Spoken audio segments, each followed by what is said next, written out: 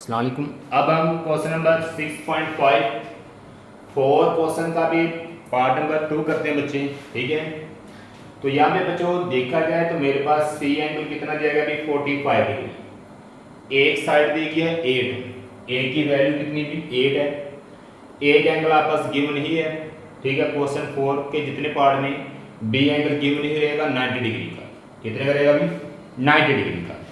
अब यहाँ पे देखें आप ट्रायंगल बनाएंगे, राइट ट्रायंगल। ये बच्चों मेरे पास एक राइट ट्रायंगल है। ठीक है, आपने 90 पे कौन सा एंगल लेना भी बीटा, मतलब कि बी, ये मेंशन है, ये मस्ट बी ही लेगा। बाकी एक एंगल सी मैंने प्रीवियस क्वेश्चन नंबर 4 के पार्ट 1 में ये मैंने ए लिया था, ये सी था। अब मैं इसको सी कह देता हूँ, ये ए कह देता हूँ। इन दोनों साइड को जिस तरह मर्जी ले सकते हैं, वो आपकी अपनी मर्जी है। अच्छा, सी किसको रिप्रेजेंट करता है बेटा, गैमा को।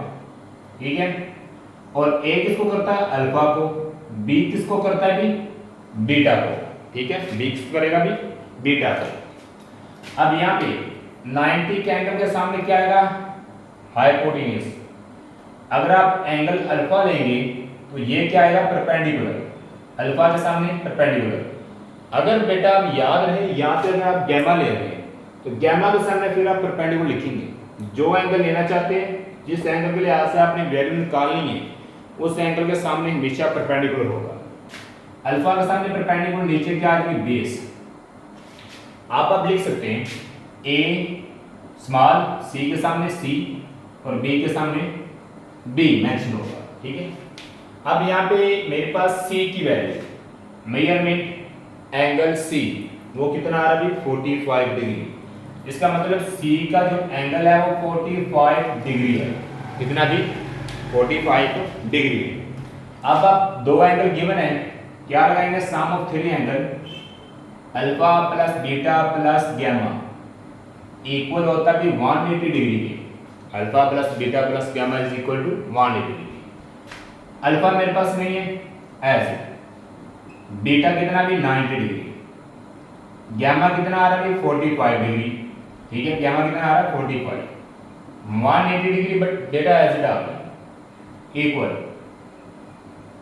90 और 45 दोनों प्लस के हैं, तो दोनों इधर जाके किसके हो जाएंगे बी बच्चों, माइनस के हो जाएंगे। ठीक है, अब यहाँ पे 180 को माइनस करेंगे 90 में, 90 फिर 90 को माइनस करेंगे 45 में, तो मेरे पास रिस्पेक्टेड स्टूडेंट्स कितना आंसर आ जाएगा अभी 45 डिग्री अल्फा का मेरे पास आंसर आ जाएगा। मतलब एंगल अल्फा की वैल्यू कितनी आ जाएगी भी 45 डिग्री आएगी।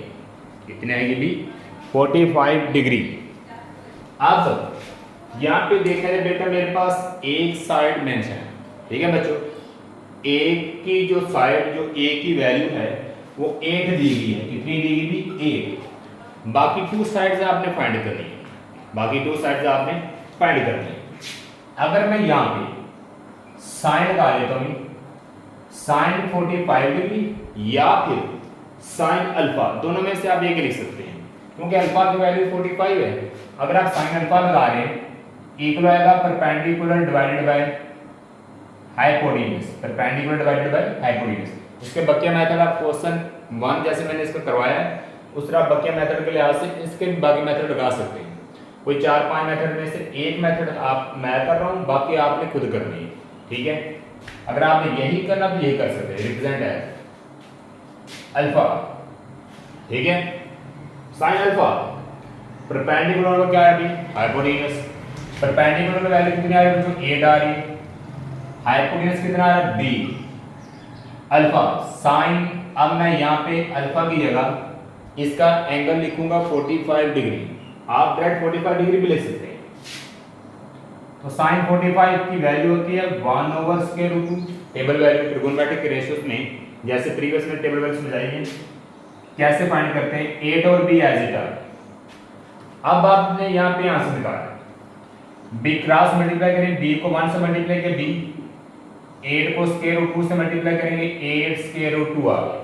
ये मेरे पास बी साइड का आंसर आ गया 8 स्क्वायर रूट 2, यहां तक लिख दी। अब आप अपनी मर्जी से जिस तरह मर्जी फार्मूला सेट कर सकते हैं। मैंने साइन 45 लिया है, ठीक ना, आप कोस 45 ले लें। कोस इक्वल होता है बेस ओवर हाइपोटेन्यूज, तो बेस की वैल्यू आ जाएगी, हाइपोटेन्यूज की वैल्यू पुट कर देंगे। अगर आप देंगे कोस 45 या फिर कोस अल्फा, मेरे पास होता है base over hypotenuse, base over hypotenuse. Base कितनी आ रही है बेटा सी, हाइपोटेन्यूज कितना आ रहा है 8 स्क्वायर रूट 2, और कोस अल्फा की वैल्यू कितनी थी 45 डिग्री, ठीक है 45 डिग्री, 45 डिग्री अल्फा की वैल्यू है। तो कोस 45 की टेबल वैल्यू कितनी होती थी 1 ओवर स्क्वायर रूट 2 इक्वल आ रहा है C divided by 8 square root 2। Equal में स्क्वायर रूट 2 सेम आ रहे हैं, स्क्वायर रूट 2 स्क्वायर रूट 2 से कैंसिल हो जाएंगे, ठीक है, स्क्वायर रूट 2 स्क्वायर रूट 2 से कैंसिल। अब यहाँ पे मेरे पास 1 है, 8 को 1 से मल्टीप्लाई करेंगे आंसर क्या आएगा अभी 8, क्योंकि क्रॉस मल्टीप्लाई कर लेना आप, यहाँ भी 1 बच जाएगा। 8 को 1 से मल्टीप्लाई किया 8, c को 1 से मल्टीप्लाई किया c, मेरे पास जो c का आंसर आ रहा है वो बच्चों कितना आ रहा है 8 आ रहा है। एक साइड का आंसर ये है, एक साइड का आंसर ये है, और एक एंगल का आंसर ये, दोनों साइड और एक एंगल फाइंड हो गए।